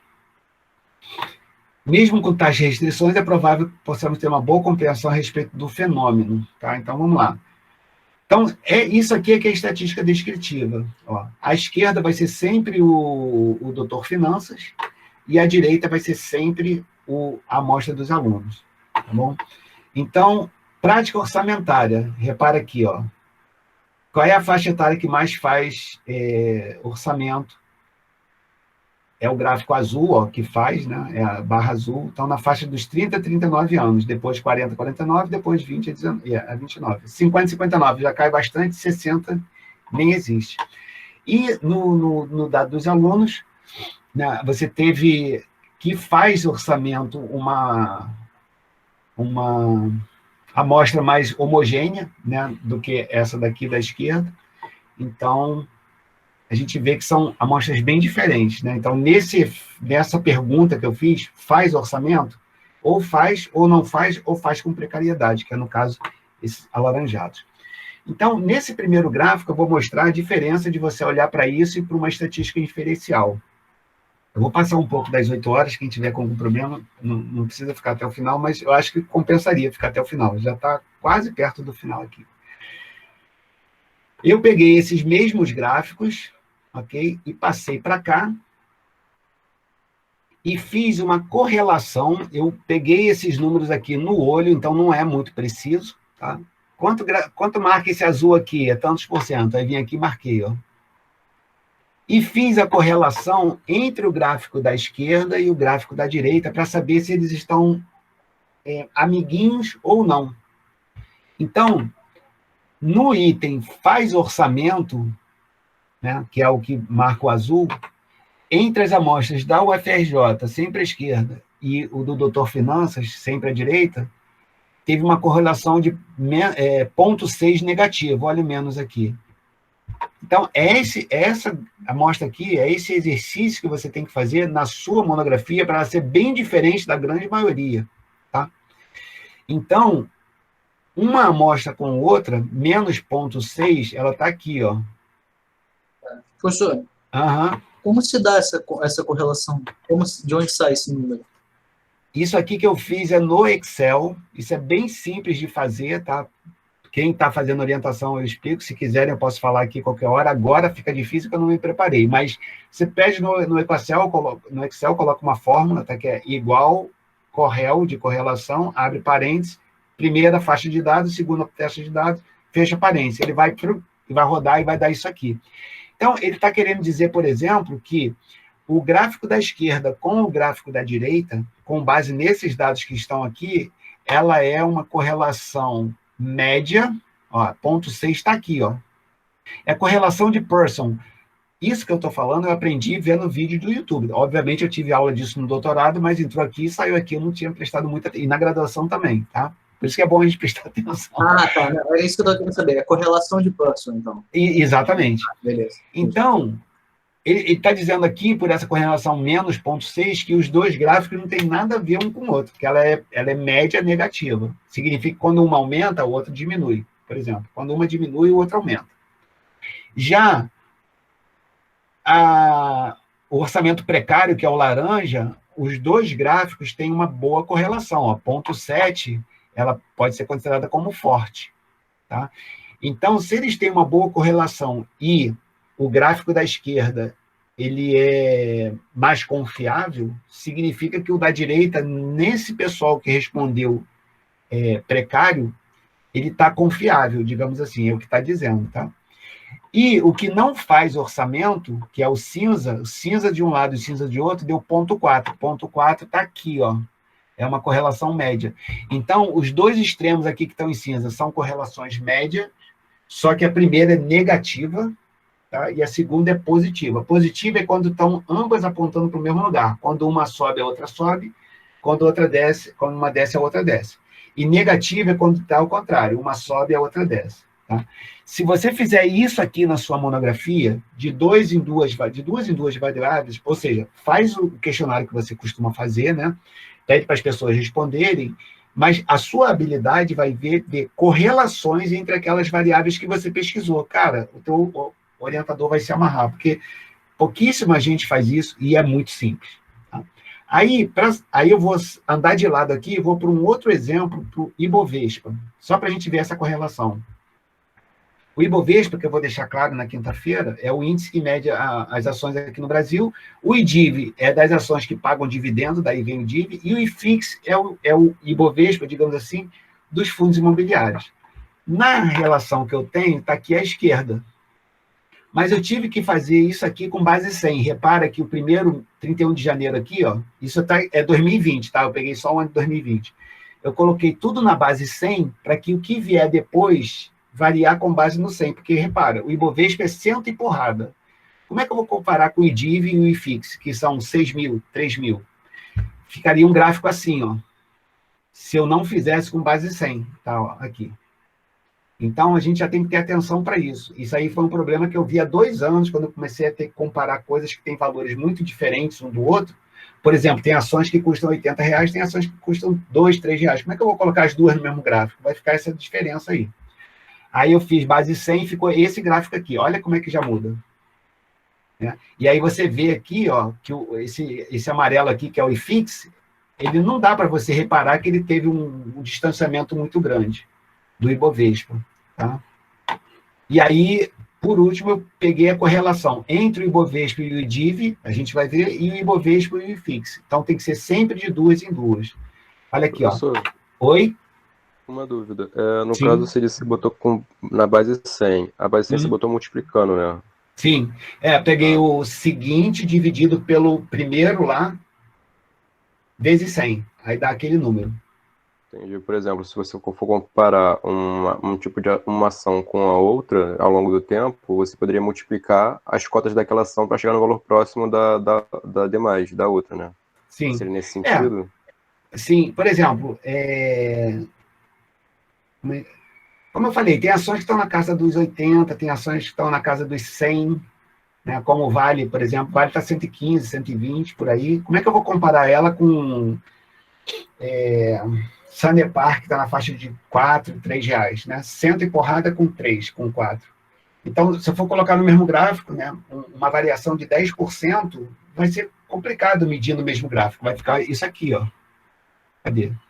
Mas isso, então, faz uma identificação com base em variação. Ele Sim, verifica a sim. variação. Então, assim, Sim. se você também pegar, no caso de algum ativo extremamente volátil, pode ser que ainda assim fique complexo, por exemplo, botar um Bitcoin comparado com a renda fixa, pode ser Ó, que... muito bom, muito bom, muito bom. A renda fixa, tu vai ter aquele negocinho assim, e o outro doido vai ficar assim, então vai ser interessante. Tá? Então, quando eu coloquei tudo no base 100, a gente vê que aqui nesse anterior, o gráfico amarelo não dá para ver, ó, e aqui dá para ver, né? Que o IFIX aqui nessa base, a menos que eu tenha colocado o número errado, eu também não sei, né? Não tenho assim 100% de certeza, mas isso aqui são números que eu anotei na minha planilha pessoal. Tá? Então, olha aqui, correlação entre o Ibovespa e o índice que dá as ações de dividendos, ó, 0,9, ó, foi lá para cima, 0,9 é uma correlação muito forte. Aí você vê que o azul e o vermelho andam muito próximos aqui, ó. Olha aqui a relação 0,9, ela está quase 1 perfeita, ó. Olha esse pedaço aqui, como é que está muito junto, tá? Já o IFIX fica meio porra louca, mas olha a correlação do Ibovespa com o IFIX, ó, 0,2, ela é fraca. Então, se você pega os dados que vocês estão fazendo questionários muito bons, né? A galera está fazendo questionário maneiro, está passando entre os alunos, entre os amigos e tal, mas aí vem, bota só gráfico, não sei o que, e não faz isso. Aí, se você pegar de 2 em 2, dependendo da sua curiosidade, o que deve ser legal medir com o quê? Aí joga para o Excel e pum, descobre esses números aqui. E aí você faz a sua monografia em cima desse discurso. Tá? Eu botei o gráfico aqui, realmente o gráfico não é para explicar a correlação, mas é só para a gente ver, ó, que o IDIV com o Ibovespa andam bem colados e o IFIX, que é dos fundos imobiliários, fica meio distante. Tá bom? Então, voltando lá para os gráficos. Prática orçamentária por sexo, né? Faz faz precário e não faz amostra da UFRJ e amostra da turma. Eu vou andar rápido, porque a gente já passou das 8 horas, mas só para a gente ver como é que está diferente. Alguns gráficos são parecidos, e eu não fiz correlação para isso, porque isso dá muito trabalho, tá? Talvez eu vou fazer para o próximo período. Por estado civil, né, repara também que são 2 gráficos bem diferentes. Por renda, né, a gente tem aqui, nessa amostra da UFRJ, quem faz orçamento de novo, lá beirando ali os 60% nas faixas de renda. Então, tem uma certa semelhança, sim. Mas essa sua amostra do doutor Finanças não é um pouco enviesada? Deve ser, porque são as pessoas que estão no projeto, teoricamente, precisam de apoio com práticas orçamentárias. Então, é de se esperar que elas, majoritariamente, não faziam antes. Ah, pode ser também. Pode ser. E aqui você vê, os alunos pediram informação para o Brasil inteiro, e até pessoas fora do país, né? Responde aí para mim, mandava pelo Zap, e eu tinha muito. Então, sim, completamente enviesado, com certeza.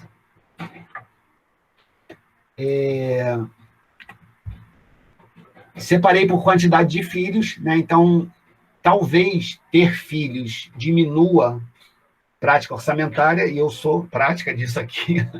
O Bernardo aqui me exige de meia em meia hora, né? Então, como a gente está aqui dentro de casa, minha esposa também trabalha dentro de casa, então, eu estou de meia em meia hora sendo solicitado aqui para dar um apoio. Em compensação, todo o restante tem que parar, né? Então, você imagina... Por exemplo, eu não sei dizer para vocês se essas variáveis que eu estou colocando aqui são boas para serem investigadas, mas isso eu tirei da minha cabeça. Por isso que eu falei que vai depender da sua criatividade de bolar as variáveis para pedir nos questionários. Tá? Pode parecer besteira, mas não é. Mas ter animais domésticos em casa, porque a gente não sabe como que a gente gasta dinheiro com gato e cachorro. Tá? Quer dizer, eu sei, né? Mas... performance em finanças pessoais, na minha opinião, depende de ter pets em casa. Isso ainda vai ser usado de alguma forma aí na frente para mim, com esses dados que eu estou coletando. Em relação em bens e direitos também, né, a distribuição ao longo da vida, né, a faixa etária aqui, ó, quanto que a pessoa tem de bens e direitos, e o fato dela fazer ou não o orçamento, existe uma percepção de que quanto maior a renda, mais a pessoa faça orçamento. Né? Maior a quantidade de bens e direitos, não de renda. Galera, então vou tocar o vídeo. Ele tem 2 minutos só, tá? Eu vou começar a tocar, dar pausa, ajustar a legenda, porque vai estar em inglês, tá bom? E aí eu tenho que passar para português. Se eu souber fazer, né? Eu não sei. Eu acho que eu vou saber, vamos ver.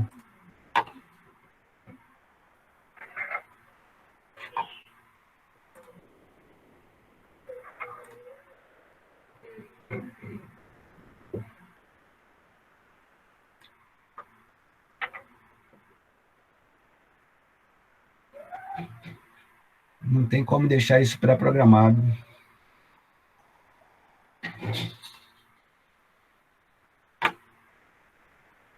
Is just as important as earning it. Expenses are money going out. How do you spend the money you've earned? Do you even know where all your money goes? Many people don't. If I could only teach to young people today just one financial literacy skill, a necessity that people understand, is to construct their own financial budget and how they execute upon that. All I mean by this is to understand that there are fixed expenses. They have $3,000 that comes in, and they have $2,500 of expenses.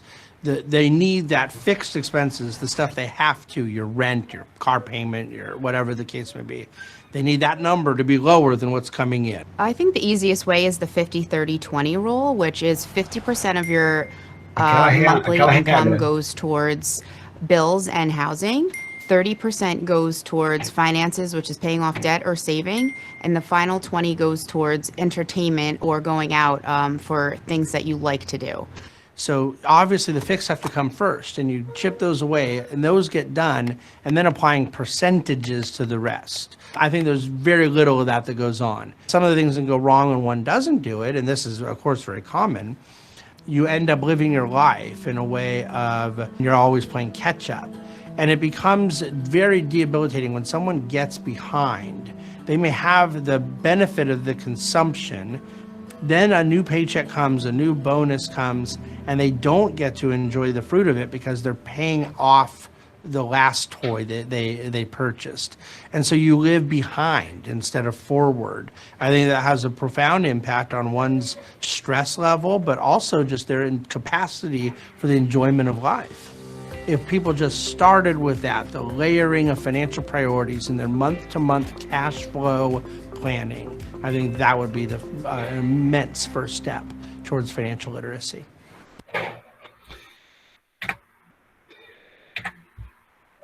Então, eu queria destacar aqui, né? Dinheiro para dentro, para fora, né? O fluxo de caixa. Isso que ele falou logo no início, se precisasse ensinar aos jovens apenas uma coisa, construir o orçamento e manter-se nele, né? Eu tinha uma ideia de que o orçamento era a coisa mais importante para ensinar nos meus processos de palestra, alguma coisa assim. Estou mudando um pouco de ideia por um detalhe. As pessoas não aprendem orçamento, só por isso. Então, vai ser saliva gasta à toa. Então, eu preferi mudar um pouco o foco para orçamento, para investimento, sem deixar de falar em orçamento. Tá? Então, de uma certa forma, algumas palestras que eu sou chamado para fazer, eu vou mudar um pouco a minha fala por causa disso. Orçamento é algo que você ensina e as pessoas não aprendem. Tá? Que ele chama de ter o número, né? Manter dentro do orçamento, do superávit, ou seja, você projetar uma sobra, que eu cheguei a deixar claro aí naquela explicação que eu fiz. Tá? De novo, a regra dos 50, 30, 20, lembrando, né, que apareceu nesse vídeo aqui e apareceu naquela apresentação daquela menina lá, da Júlia Mendonça, lá atrás. Algumas notas pessoais. Categorização. Na contabilidade, fazemos as diferenças dos gastos por categoria e cada uma delas possui uma conta contábil. Alguns alunos já conversaram sobre isso aí na aula, e é exatamente isso que a gente aprende no curso de Ciências Contábeis. Quer dizer, a gente tem todo o patrimônio simbolizado pelas contas, então isso para a gente é muito natural. Fazer orçamento, esse controle todo, para quem é de contábeis, é muito simples, muito simples. Nas metodologias por envelopes ou jarros, essa categorização é feita utilizando envelopes e jarros para cada gasto, né? Tem 2 exemplos aqui. Esse livro, Segredos da Mente Milionária, ele destaca uma coisa muito interessante, né? O hábito é mais importante do que a quantidade de dinheiro. Aprenda a fazer o orçamento antes de ter uma renda alta, porque se você deixar para fazer isso depois, você vai ter perdido muito dinheiro e muito tempo. Tá? Então, hábito é mais importante do que a quantidade de dinheiro. Pelos dados que eu tenho, dos 20 aos 30 anos, a pessoa aumenta renda 3,67% ao ano, dos 20 aos 50 anos. Então, prepare-se para chegar à minha idade aumentando 3% ao ano a sua renda. Tá? E dos 50 aos 70, ele vai perdendo ao ano 1% de renda. É o que os dados dizem para mim. Idade e faixa de renda, vai ficar difícil comentar isso aqui, né, nas 2 amostras que eu tive. O livro Poder do Fracasso, né, como é processo orçamentário. O processo possui início, meio e fim, então isso é interessante, quando a gente for pensar em orçamento, né, início, meio e fim, tem todo um processo por trás disso.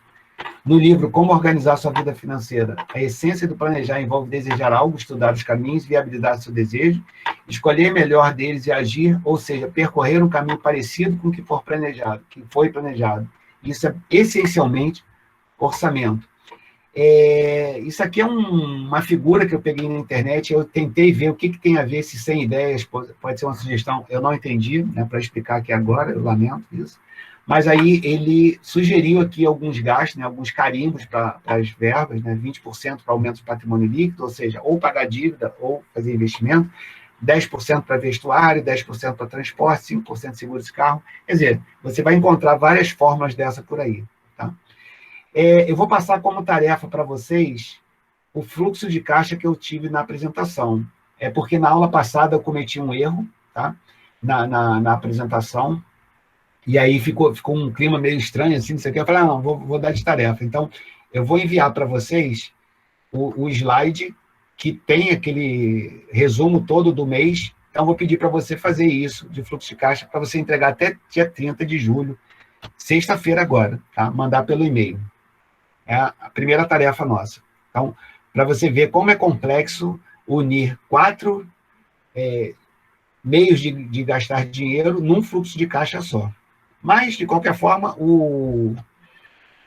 os slides foram para vocês, é só ver lá como é que faz. Não vai ser difícil, não. Tá aí o slide que eu vou mandar para vocês. Aliás, já está enviado, né? Eu já enviei essa apresentação para vocês.